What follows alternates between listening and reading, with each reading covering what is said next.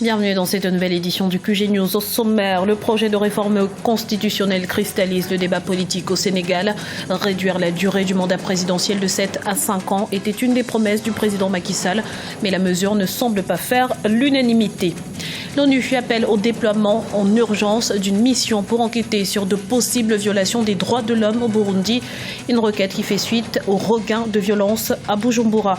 Et puis l'épidémie d'Ebola passée, place aux affaires. La Guinée et le Maroc ont signé de nouvelles conventions de partenariat lors d'un forum conjoint ce lundi 18 janvier, le troisième du genre en l'espace de 5 ans.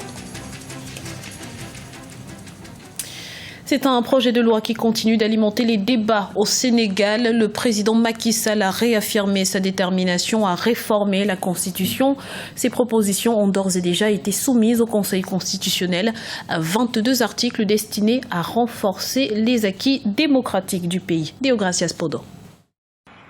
Rendu public lundi 18 janvier 2016, le texte de la réforme constitutionnelle au Sénégal suscite de nombreuses réactions. Proposé par le président Macky Sall et transmis au Conseil constitutionnel qui dispose d'un délai d'1 mois pour rendre son avis, le texte est composé d'une vingtaine d'articles. Il devrait être soumis à la consultation nationale en mai 2016 selon les autorités sénégalaises. Mais parmi toutes ces dispositions, c'est l'article 27 relatif au mandat présidentiel qui fait le plus débat. Ce dernier déterminera si la prochaine élection présidentielle au Sénégal se tiendra en 2017 ou en 2019. À partir de maintenant, si ce référendum passe, si la nouvelle constitution est votée, on ne pourra plus au Sénégal changer ni le nombre de mandats, ni la durée du mandat. On avait reproché à cette constitution-là d'être une véritable gruyère. Autre point aussi très important, le Sénégal sera un pays laïque, ça va être inscrit dans le marbre et personne ne pourra l'enlever. Quand on voit ce qui se passe au Burkina Faso avec ce djihadisme qui attaque un petit peu à nos frontières, est-ce que ce pays est protégé contre un fondamentalisme religieux? En tout cas, la laïcité est inscrite au niveau de la Constitution et elle ne pourra pas être enlevée. En mars 2015, le président Macky Sall avait annoncé sa volonté de réduire de 7 à 5 ans la durée du mandat présidentiel. Si le projet de loi est approuvé par les électeurs sénégalais, cette disposition s'appliquera au mandat en cours. L'article 27 stipule que nul ne pourra exercer plus de 2 mandats consécutifs au sommet de l'État et le dit article ne peut faire l'objet d'une autre révision. Une proposition de modification constitutionnelle qui ne semble pas faire l'unanimité dans le pays. Concernant la réduction de son mandat, c'était un engagement, à mon humble avis, c'est peut-être un problème de compréhension ou bien plutôt un problème de démarche au niveau du chef de l'État qui crée un peu la polémique sur ce sujet. D'aucuns pensent qu'en le soumettant, forcément, ça sera rejeté par le Conseil constitutionnel. Attendons que le Conseil constitutionnel donne son avis et qu'on puisse commenter. La polémique est plus alimentée au sein de notre parti. Donc, ce n'est pas l'opposition qui l'alimente. Ce sont nos propres camarades de parti qui sont en train d'alimenter le débat. C'était une promesse faite en février 2012. Le président Macky Sall tente de tenir ses engagements. Il estime que ce projet de loi fondamentale permettra de renforcer les acquis démocratiques du pays. Le sujet divise toujours la classe politique sénégalaise, mais en attendant, les regards sont tournés vers le Conseil constitutionnel. La crise au Burundi peut-elle dériver vers un génocide? C'est ce que craint la communauté internationale face à la recrudescence des violences, d'autant plus que les efforts déployés jusqu'à présent à l'échelle régionale et sous-régionale n'ont pas été concluants. On fait le point avec Djarandjaï.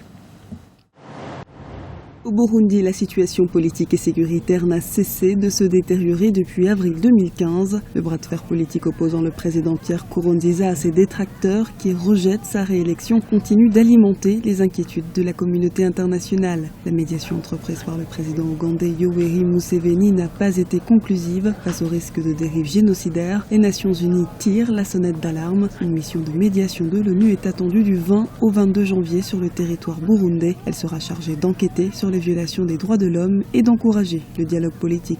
On peut encore rattraper la situation, on peut rattraper le pays voisin dans le cadre des grands lacs, peuvent toujours discuter avec les uns et les autres.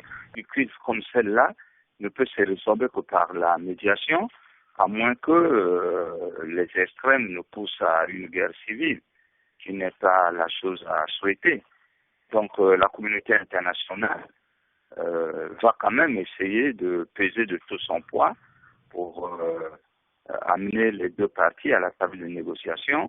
La diplomatie internationale peine à donner des résultats. Les craintes d'un embrasement régional ne sont pas écartées. Le président burundais Pierre Nkurunziza refuse pour l'heure toute médiation de maintien de la paix, même venant de l'Union africaine. À terme, si la situation dérape, l'ONU pourrait être amenée à déployer des casques bleus. La communauté internationale pourrait par ailleurs appliquer diverses sanctions. Je crois qu'il faut faire une espèce de mélange de sanctions politiques, économiques et des pressions militaires peut-être, sans aller jusqu'à intervenir sans l'autorisation du gouvernement. Le gouvernement finira par céder. Parce que de toute façon, il n'a pas le choix. On finit toujours par négocier. L'ONU a dénoncé vendredi 15 janvier l'existence de massacres ethniques, de charniers, avec une centaine de cadavres et de viols collectifs commis par les forces de sécurité au Burundi. Selon les Nations Unies, au moins 439 personnes auraient trouvé la mort entre le 26 avril 2015 et le 14 janvier 2016. Les opérations de recensement électoral se poursuivent en Guinée équatoriale. Sur le terrain, les campagnes de sensibilisation se multiplient. Les électeurs sont appelés à se prêter à l'exercice afin d'accomplir leur devoir de citoyen lors du scrutin présidentiel de 2016. Reportage de notre correspondant Policarpo Edoumassa, commenté par Deo Gracias Podo. La CPDS, parti d'opposition en Guinée équatoriale, appelle les citoyens à s'inscrire massivement sur les listes électorales en vue du scrutin présidentiel de 2016. Après un premier meeting, le 20 décembre 2015 à Malabo, le secrétaire général de la Convergence pour la démocratie sociale a rencontré les électeurs de Bata pour le même exercice. Andrés Essono Ando a appelé ses compatriotes à sanctionner le parti au pouvoir en optant pour un nouveau mode de gestion à l'issue de la présidentielle de 2016. Aux dernières élections, de nombreux citoyens n'avaient pas voté parce qu'ils étaient déçus de la manière dont le pays était géré. C'est pour cette raison que nous les encourageons à s'inscrire massivement sur les listes électorales, parce que ce sont les élections qui peuvent changer ce régime. Si jamais le président sortant refusait de reconnaître les résultats de l'élection, le peuple et l'opposition réclameront la victoire en sortant pacifiquement dans les rues.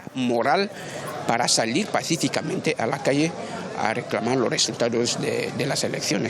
Avec la chute des prix du baril de pétrole, la Guinée équatoriale fait face depuis un peu plus d'un an à une situation financière difficile. Les enjeux de l'élection présidentielle de 2016 sont de taille. Le parti au pouvoir devra convaincre les électeurs en ce qui concerne la stratégie pour faire face à la crise. L'opposition, quant à elle, propose un mode de gestion basé sur la transparence et le dialogue. On doit s'inscrire pour avoir le droit de voter, parce que si nous ne sommes pas écrits, on ne peut pas avoir le droit de voter. Le recensement, c'est plus important. Je dois exprimer ce que je veux. C'est ça, ça me donne le droit de voir l'emploi après. Ça nous donne l'occasion de s'exprimer librement pour le changement démocratique de notre pays. Le meeting de la CPDS à Bata a connu la présence des délégations de deux nouveaux partis politiques légalisés en Guinée équatoriale. Il s'agit de l'Union du Centre Droit et du Parti citoyen pour l'innovation. Renforcement des relations économiques entre la Guinée et le Maroc. De nouvelles opportunités d'affaires ont été explorées et cette convention de partenariat signée entre les deux États, c'était ce lundi 18 janvier à Conakry dans le cadre d'un forum d'affaires. Reportage de notre correspondant Emmanuel Miimono. La Guinée et le Maroc déterminés à renforcer leurs relations économiques dans presque tous les domaines. Le troisième forum d'affaires guinéo-marocain est une occasion pour les hommes d'affaires des deux pays de revoir les conventions signées lors de la récente visite du roi Mohamed VI à Conakry. En 18 mois, les secteurs privés et publics guinéens et marocains ont signé environ 40 conventions de partenariat. Au-delà de ces conventions, 7 nouveaux accords viennent d'être signés dans les domaines de l'industrie et des postes notamment. Doing business entre nos deux pays, pour nous, les opérateurs marocains s'améliorent. Bien évidemment, on demande toujours plus, des réformes plus accélérées, on demande d'avoir plus de visibilité sur certains programmes. Nous avons pu organiser des G2G, donc des rencontres vraiment de gouvernement à gouvernement, avec notamment dans le domaine des mines, mais également dans le domaine de la formation professionnelle. Ce qui était l'innovation aujourd'hui, c'était de favoriser aussi les rencontres B2G, c'est-à-dire que du business et des gouvernements. La fin de l'épidémie d'Ebola et la tenue apaisée de l'élection présidentielle du 11 octobre 2015 en Guinée ouvrent des perspectives de développement avec le Maroc. La Guinée a amélioré son classement au Doing Business en gagnant notamment 6 places par rapport à 2014. À travers ce forum, le pays entend profiter de l'expertise marocaine dans plusieurs secteurs. Quant aux partenaires marocains, l'objectif est de profiter des potentialités d'investissement qu'offre la Guinée. Aujourd'hui, notre présence témoigne de notre volonté d'investir en Guinée et de collaborer ensemble pour faire profiter nos frères guinéens de notre expérience dans notre secteur du transport public. Ce troisième forum d'affaires Maroc-Guinée a été l'occasion de transformer les intentions d'investissement en projets concrets de coopération entre les secteurs privés et publics des deux pays. Une centaine d'entreprises marocaines et près de 150 hommes d'affaires guinéens ont pris part à cette rencontre. Les deux ont échangé notamment sur les secteurs de l'agriculture, la pêche, l'élevage, l'eau, l'énergie, les mines, les transports et les infrastructures.